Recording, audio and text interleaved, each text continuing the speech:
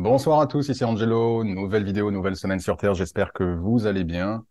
Je fais cette vidéo au sujet des tests, une vidéo suite, deuxième partie si je puis dire, une vidéo que j'avais déjà fait sur les tests spirituels et j'ai voulu faire cette vidéo sur la petite voix du diable qui chuchote à notre oreille.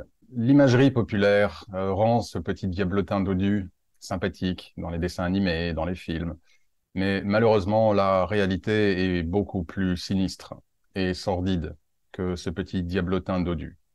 Nous sommes tous sujets, durant notre incarnation terrestre, à ces inspirations, à ces forces du mal qui cherchent, par la voie du diable, à nous pousser à faire certaines choses ou à ne pas faire certaines choses. Vous savez tous que ce qui se passe sur Terre n'est qu'une réplique d'un combat spirituel beaucoup plus large entre les forces du mal et les forces du bien. Et vous pouvez voir la situation de la manière suivante, comme un vaste échiquier, pour ceux qui jouent aux échecs comprendront, entre les pions blancs, les forces du bien, et les pions mâles, forces du noir. Je sais que ça paraît extrêmement manichéen dit comme ça, mais il y a vraiment une vérité dans cette chose-là. Et où chaque responsable des pions, Dieu et le diable, vont tenter de prendre les pièces de l'autre pour gagner en espace, en pouvoir. Et bien évidemment, les forces du mal vont tout faire pour essayer de prendre toutes les pièces blanches. Elles vont s'attaquer, évidemment, aux pièces les plus puissantes, le roi, la reine, la tour, et qui peuvent être assimilées aux dirigeants de ce monde, aux puissants. Mais pour pouvoir mettre en échec et mat le roi, encore faut-il avoir pris toutes les autres pièces, ou le plus d'autres pièces possibles, y compris les pions. Et qu'aux échecs, ceux d'entre vous qui jouent à ce jeu savent qu'il n'y a pas de petites pièces, et que si on prend un pion, on remporte une victoire. Et que pour gagner la bataille, il faut avoir pris, ou du moins il faut avoir gagné, plein de petites victoires. Donc il n'y a pas de petits gains pour le diable. Et nous sommes ces pions, nous, humains lambda, sans grande responsabilité majeure à l'échelle du monde en tout cas. Et de la même manière que le diable va utiliser, ou va tenter d'utiliser son influence pour séduire le roi, la reine, les tours, donc les puissants de ce monde, il va également tenter d'influencer les pièces intermédiaires, les chevaux, les fous, et qui pourraient être vus comme les influenceurs, les artistes, acteurs, chanteurs, écrivains, les partis politiques, les associations. Il n'y a pas de domaine de la vie humaine et terrestre qui ne soit pas épargné par cette petite voix du diable. Et à l'occasion du dernier live spirituel, Pierre nous avait relaté, Pierre agent de sécurité, nous avait relaté effectivement un test qu'il avait subi et qu'il a passé avec succès, ou pour faire bref, un agent de sécurité pour un événement, un jeune était arrivé, était rentré dans l'événement et manifestement avait fait tomber un billet de 100 euros. Pierre avait pris ce billet de 100 euros et avait décidé non pas de le garder pour lui, mais de le restituer au jeune lorsqu'il le verrait. Et effectivement, le jeune est rentré et sorti en panique, car j'imagine que pour ce jeune, 100 euros, c'était énorme. Et Pierre lui a rendu l'argent. Et je ne questionne pas, je ne doute pas le fait que pour Pierre, 100 euros, c'est 100 euros, même si pour le jeune, ça représentait probablement plus. Je peux me tromper, je n'exclus pas que peut-être pendant une nanoseconde, Pierre ait pensé garder l'argent, mais qu'immédiatement cette pensée ait été balayée par le fait de non, je ne peux pas faire ça. Et cette pensée de non, je ne peux pas faire ça, c'est la voix de l'ange. Et comprenez qu'à chaque fois qu'il y a la voix du diable, la voix de l'ange n'est pas très loin. La différence, c'est que la voix de l'ange n'est pas une voix intrusive. Les forces du bien, les forces de Dieu sont des forces d'invitation, sont des forces de suggestion. Elles respectent votre libre arbitre. Donc un ange n'allait pas apparaître et faire s'assurer que Pierre ne garde pas l'argent.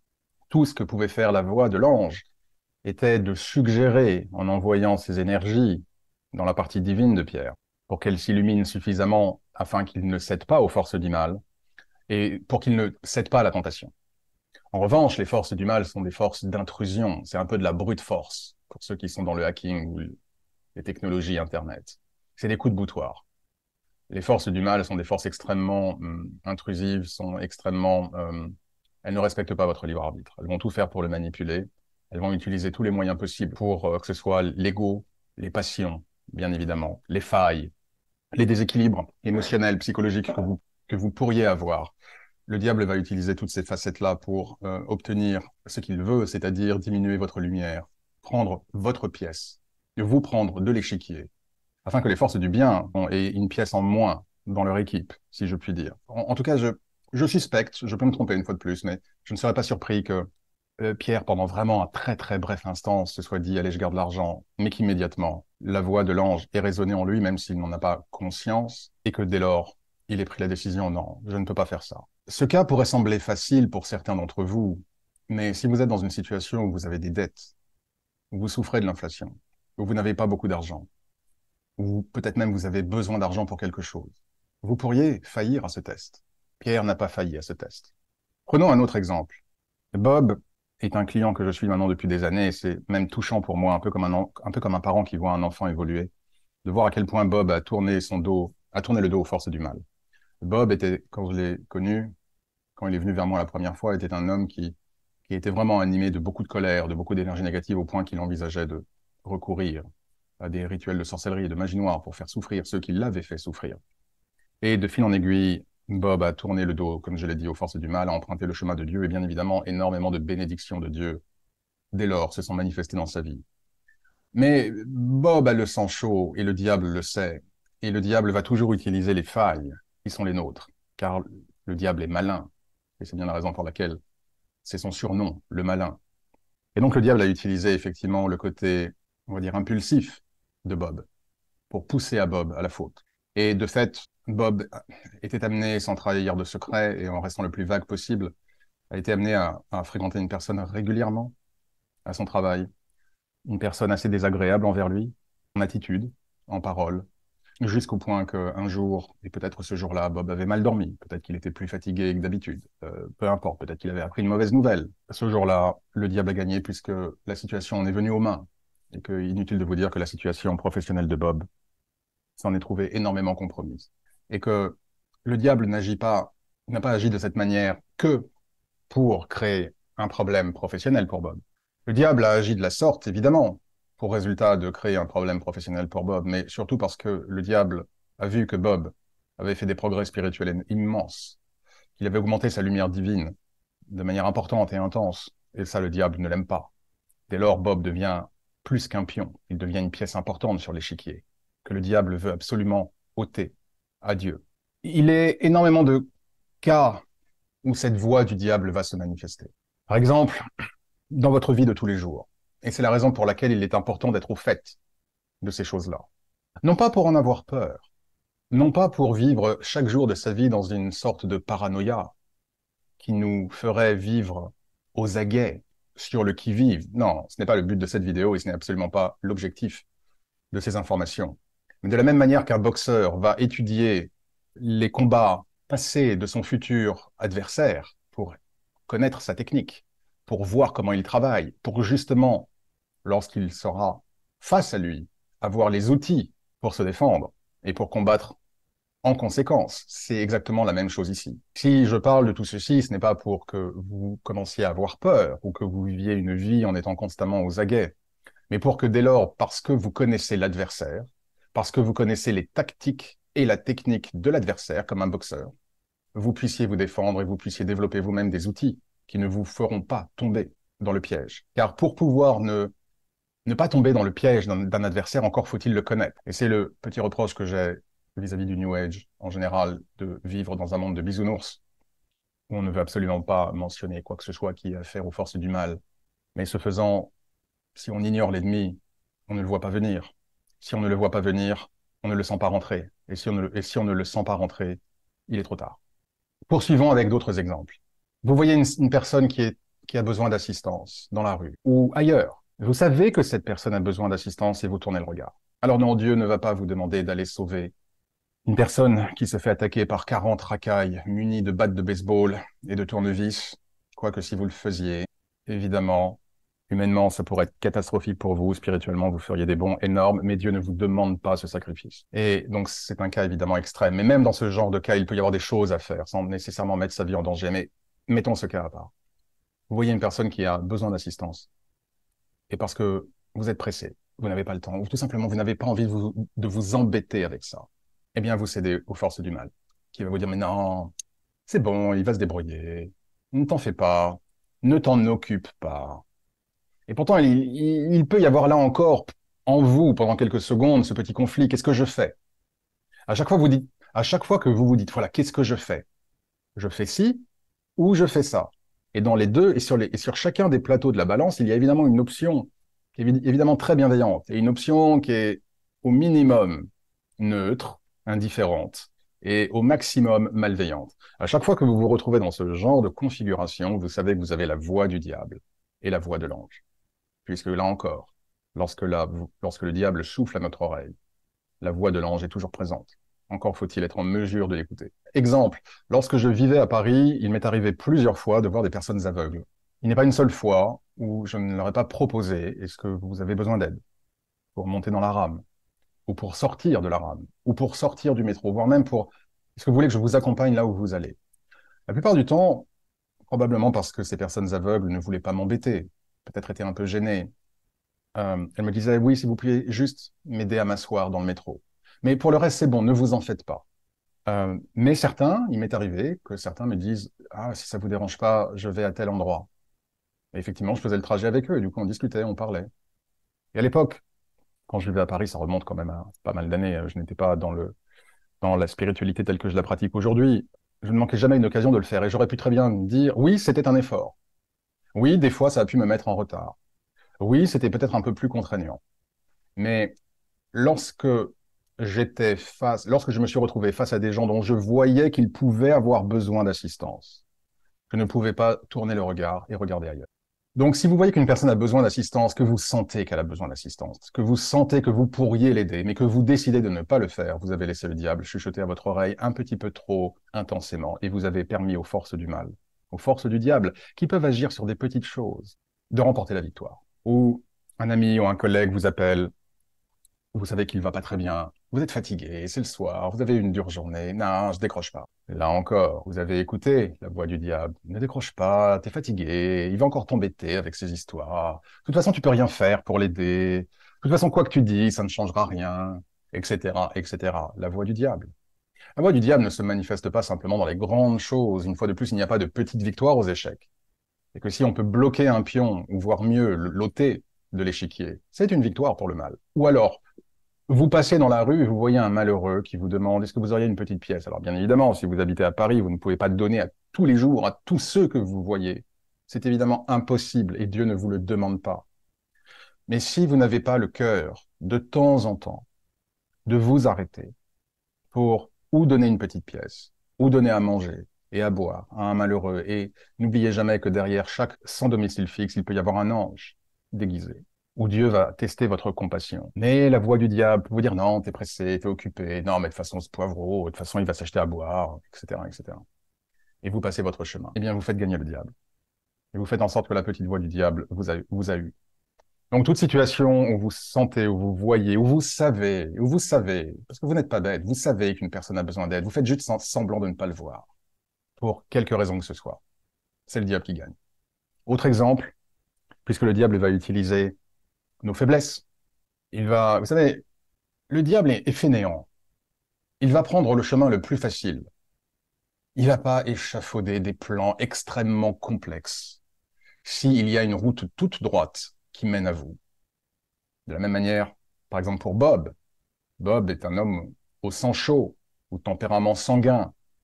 Pourquoi est-ce que vous voulez que le diable tente autre chose, de plus complexe? Il n'a qu'à aller là. Un peu comme un chien auquel vous donneriez des petites tapes sur le museau. Au bout d'un moment, il va commencer à grogner. Si vous continuez à lui donner des tapes, il va vous arracher le doigt. Et c'est exactement la même chose. Donc le diable va vous titiller exactement là où il sait que vous pouvez réagir, voire que vous allez réagir. Autre exemple, la jalousie. Vous êtes d'un tempérament jaloux, ou vous pouvez être jaloux, et votre partenaire a une soirée pour le boulot, pour le travail.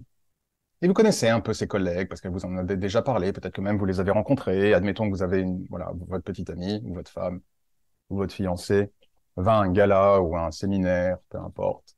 Et vous savez qu'il y aura Julius. Je sais pas pourquoi, je l'appelle comme ça. Et vous savez que Julius est extrêmement séduisant. Et non pas que votre petite amie ou votre femme vous ait donné quelques raisons de vous inquiéter, mais vous savez que Julius est vraiment séduisant. Ou vous, en tout cas, vous le trouvez vraiment séduisant.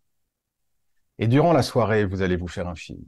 Vous allez imaginer votre partenaire parler à Julius, sourire, rire et pourquoi pas pire. Et vous allez avoir cette histoire dans votre tête qui va grandir, grandir, grandir, grandir, au point que quand votre partenaire rentre, vous lui faites une scène, vous êtes complètement désagréable, ou si vous n'habitez pas ensemble, le lendemain au téléphone, vous allez commencer à créer des problèmes.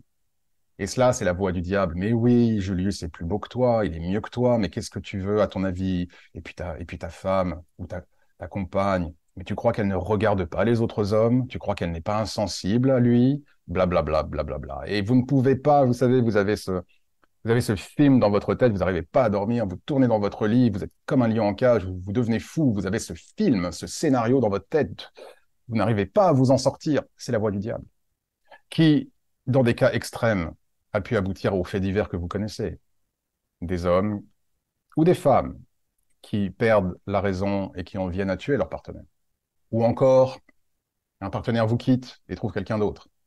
Et là encore, si vous êtes d'un naturel jaloux, si vous vous manquez de confiance en vous, le diable va utiliser tout cela pour vous dire, mais t'as vu comment elle t'a traité, puis elle n'a pas attendu longtemps avant de trouver, ou comment il t'a traité, peu importe. Il n'a pas attendu longtemps pour trouver une nouvelle copine, et blablabla, blablabla, et du coup, vous avez des envies de vengeance qui peut-être vont vous donner envie de faire des rituels de sorcellerie ou de magie noire, voire pire, d'en venir aux mains, de crever les pneus de l'ex, ou de son nouveau compagnon, ou de sa nouvelle compagne, ou que sais-je encore, ou dans le pire des cas, évidemment, le plus abominable possible, les faits divers. Là encore, c'est la voix du diable, qui utilise vos insécurités, qui utilise votre jalousie, qui utilise vos faiblesses pour justement les magnifier de telle sorte que votre lumière spirituelle, votre lumière divine s'éteigne et qu'ils vous prennent. Autre cas, le mensonge. Vous êtes pris en flaque de quelque chose ou vous vous retrouvez dans une situation où il faut assumer et vous mentez.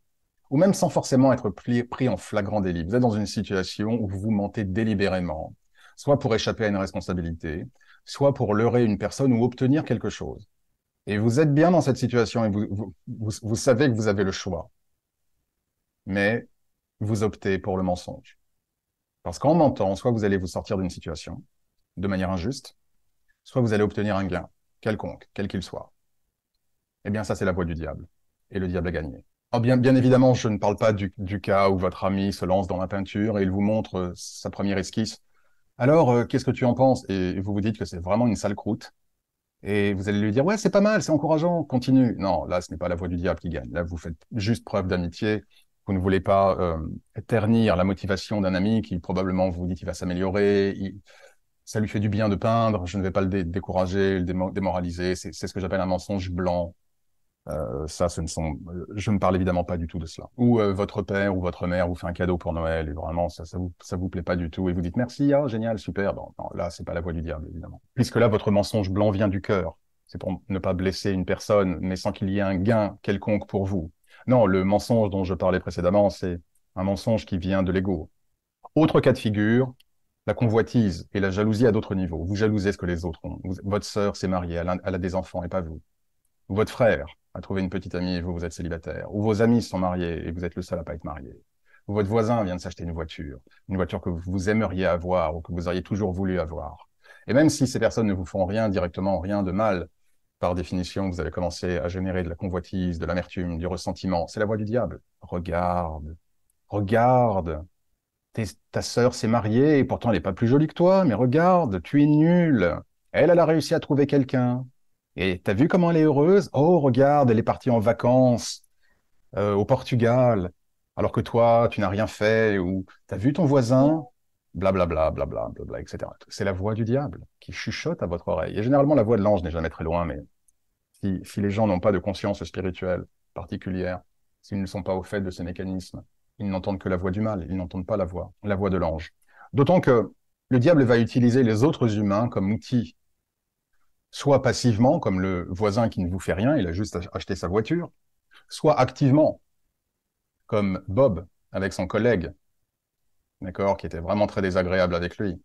Et de la même manière qu'il y a des conduits de la lumière de Dieu, il y a des conduits de mal. Et je suis persuadé que vous avez souvent, enfin pour certains d'entre vous, vous êtes déjà retrouvés dans une situation où vous vous êtes trouvé face à une personne que vous ne reconnaissiez plus, ou une personne qui était tellement animée de haine que dans ses yeux, il y avait tellement de haine et de détestation que cela en faisait un démon. Eh bien oui, infiltration des forces du mal, conduit de la lumière du mal.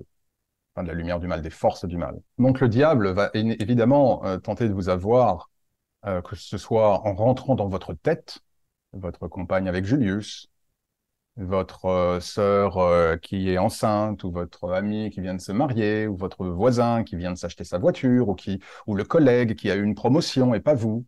D'accord? Il va tenter de rentrer dans votre tête, même sans intervention directe de ces tierces personnes, ou il va mettre des personnes sur votre chemin pour vous perdre, comme ça a été le cas pour Bob. Une autre manière pour la voix du diable de se manifester et de vouloir s'introduire en vous, dans vos énergies, c'est vous faire douter de vous. T'es nul. Mais évidemment, tu réussis à rien. Mais regarde, tout ce que tu essayes, tu échoues, tu ne vaux rien. Cette vie est mauvaise. Pourquoi est-ce que tu vis? Pourquoi tu ouvres les yeux le matin? Pourquoi tu fais ci? Pourquoi tu fais ça? T'arrives à rien, t'es bon à rien. Vous savez, toutes ces personnes qui moulinent en tête, qui moulinent en permanence dans leur tête ces pensées négatives. Ayez bien conscience, chers amis, que la voix du diable n'est jamais loin. Donc, quand ce genre de choses arrivent, ayez-en également conscience pour vous dire non, j'arrête de t'écouter. Ce n'est pas vrai. Mais non, je ne suis pas nul. Ma vie vaut quelque chose. Et je vais le prouver. Voilà, ça c'est la bonne attitude. Je sais que c'est plus facile à dire qu'à faire, mais il faut bien commencer quelque part, c'est la bonne attitude. Vous savez, il y a pas de miracle. Cette voix ne va pas sortir d'elle-même, elle va pas partir d'elle-même, parce qu'à partir du moment où le diable sent qu'il a un ancrage quelque part dans vos énergies, émotionnelles, mentales, spirituelles, peu importe, il va pas partir de lui-même. Au contraire, il va continuer coup de boutoir, énergie intrusive, pas de respect du libre arbitre, d'accord? Il va continuer à frapper, encore, encore, et encore, encore, jusqu'à ce qu'il puisse vous détruire et vous avoir. Et là, il a réussi à prendre le pion de l'échiquier, un pion de moins pour les forces du bien. La peur, bien sûr, est le moteur du diable. Donc, si vous avez des velléités de faire quelque chose, mais que vous vous empêchez de les faire par peur. J'aimerais faire de la peinture, mais non, j'ai peur de pas y arriver, ou je veux faire de la musique, ou je veux commencer une activité, quelque chose qui me fait vraiment plaisir. Ce sera toujours en plus des choses qui vous feront du bien et qui vous feront vraiment plaisir, parce que là, c'est la lumière de Dieu qui résonne en vous. Ça, le diable le déteste. Donc, il ne veut surtout pas que vous vous sentiez bien. Il ne veut surtout pas que vous vous développiez. Il ne veut surtout pas que vous puissiez vous épanouir. Donc, au contraire, il voit que vous vous dirigez vers quelque chose de positif pour vous, de bienveillant pour vous, de bénéfique pour vous. Eh bien, il va commencer à instiller le doute. Mais si ça marche pas? Et si les gens aiment pas? Est-ce que j'ai vraiment le talent? Est-ce que je vais réussir? Blablabla, blablabla. Les voix du diable. La voix du diable. Je pourrais encore continuer encore et encore avec tous ces exemples, car ils sont quasiment infinis, puisque la vie humaine offre une foultitude d'opportunités quotidiennement au diable de chuchoter à notre oreille. La bonne nouvelle, pour terminer sur une note positive, la bonne nouvelle, c'est que plus vous allez développer votre lumière divine, plus vous allez être un conduit de la lumière de Dieu, plus évidemment vous allez commencer à représenter une pièce majeure sur l'échiquier que visera le diable. C'est pas grave. Plus vous allez lui donner du fil à retordre. Parce que les artifices qui marchent pour le, on va dire, le tout venant, et quand je dis tout venant, il n'y a pas de mépris spirituel, genre la plèbe, pas du tout. Mais ce que je veux dire par là, c'est que beaucoup de personnes ne vivent pas nécessairement dans la conscience de Dieu, dans la lumière de Dieu, ils veulent juste être heureux dans leur vie, et c'est OK, il n'y a pas de problème avec ça. Et beaucoup de personnes d'ailleurs ne croient pas en Dieu, et là encore, c'est OK, il n'y a pas de problème avec ça. Mais avec ces personnes-là, évidemment, le diable n'aura peut-être pas besoin de se creuser la tête autant que vis-à-vis d'un spiritualiste, évidemment, où là, on va dire, les petits trucs de base ne marcheront pas. Comme par exemple la tentation. D'accord? Vous êtes marié, vous avez une copine, vous êtes engagé dans une relation, vous rencontrez quelqu'un par votre travail ou peu importe dans la rue. Si vous être un spiritualiste divin, vous avez le droit de trouver cette personne charmante, que ce soit un jeune homme, un homme ou une femme, peu importe, mais vous n'irez pas plus loin que cela. Que là encore, si vous le faites, vous donnez la place au mal. Plus vous développez votre lumière divine, plus vous développez votre conscience divine, votre conscience du bien et du mal. D'accord? Beaucoup de personnes n'ont pas cette conscience, ou ont une conscience du bien et du mal assez floue ou assez souple, on va dire. Et là, évidemment, c'est du pain béni, si je puis dire, pour le diable. Mais plus vous avez cette conscience spirituelle, que vous œuvrez pour Dieu, que vous travaillez sur Terre pour vous rapprocher de Dieu, pour diffuser la lumière de Dieu, et que vous avez une claire conscience de là où vous voulez aller, de là où vous ne voulez pas aller spirituellement, plus vous allez donner du fil à retordre au diable. Oh, il ne va pas abandonner. Il ne va pas se dire c'est trop dur. Il va juste tenter de mettre en place des processus un petit peu plus subtils et un petit peu plus élaborés pour vous avoir. Mais il n'arrêtera pas. Mais la bonne nouvelle, c'est que plus vous êtes dans cette conscience de Dieu, dans cette conscience d'être un spiritualiste et de travailler pour Dieu sur Terre, plus vous aurez cet antivirus qui verra à 10 km le virus arriver et qui mettra en place automatiquement son firewall, son pare-feu spirituel. Ça ne veut pas dire qu'il n'y aura pas des tests que vous ne passerez pas, mais ce sera vraiment beaucoup, beaucoup, beaucoup plus dur pour vous avoir. Et en tout cas, vraiment, jusqu'au point que ce sera quasi mission impossible pour le diable de retirer le pion que vous êtes de l'échiquier. Peut-être que temporairement, il l'empêchera d'avancer. Vous ne l'aurez pas vu arriver sur une petite chose. D'accord? Et plus on s'avance dans la conscience de Dieu, plus on a des responsabilités, ce qui veut dire que moins on peut faire n'importe quoi. Et ce qui peut être admis pour une personne qui n'emprunte pas le chemin de Dieu n'est plus admis pour un spiritualiste divin. Exemple, je prenais l'exemple tout à l'heure de l'adultère. Vous travaillez dans une banque, si vous êtes agent immobilier, et que vous avez une aventure avec une collègue ou une cliente, vous n'allez pas perdre votre job, parce que vous ne travaillez pas directement dans la lumière de Dieu. Mais plus vous vous rapprochez de Dieu et plus vous travaillez directement dans sa lumière, moins vous avez le droit à l'erreur, au pas de côté. Et que donc, si un spiritualiste plein et entier se laisse aller à une aventure alors qu'il est déjà dans une relation, il va perdre en pouvoir. Le diable aura réussi à le tirer vers lui, à diminuer sa connexion à Dieu et sa lumière spirituelle. Donc tout ça pour dire, le diable va tenter différentes choses et peut-être qu'à certains moments, il va pouvoir un peu vous ralentir par un petit test, par une petite voix qui sera passée. Mais plus vous développerez cette conscience spirituelle, votre rôle sur Terre, la foi en Dieu et la conviction que vous êtes là au travers de votre vie humaine pour servir Dieu, plus il sera impossible pour le diable de retirer le pion que vous êtes de l'échiquier. Mais demeurons toujours vigilants, ne sous-estimons jamais l'adversaire. Ce serait la plus grosse erreur que nous puissions faire. Ne vivons pas dans la peur ni dans la paranoïa, vivons juste dans la conscience des choses telles qu'elles sont, dans les tactiques de l'adversaire, dans la manière qu'il a d'opérer, pour que justement nous puissions passer tous les tests avec succès et ne pas sombrer lorsque cette petite voix du diable chuchote à notre oreille. Voilà, chers amis, j'en reste là pour l'heure. Merci à tous également pour le sondage que j'ai posté, sujet délicat s'il en est. Si le concept de sondage vous plaît, je serai amené à en poster d'autres qui auront tous évidemment des fondements spirituels importants. Il ne s'agit pas de poster un sondage juste pour poster un sondage sur un sujet de société ou quoi que ce soit. Ce sont évidemment des sujets qui ont des implications spirituelles fortes. À chaque fois, je ne mettrai pas mon avis, je poserai la question. Si le concept vous plaît, j'en mettrai d'autres, pour vous donner justement la possibilité de vous exprimer. J'espère que cette vidéo vous aura éclairé, qu'elle vous aura été utile. Prenez bien soin de vous et de ceux qui vous aiment et que vous aimez.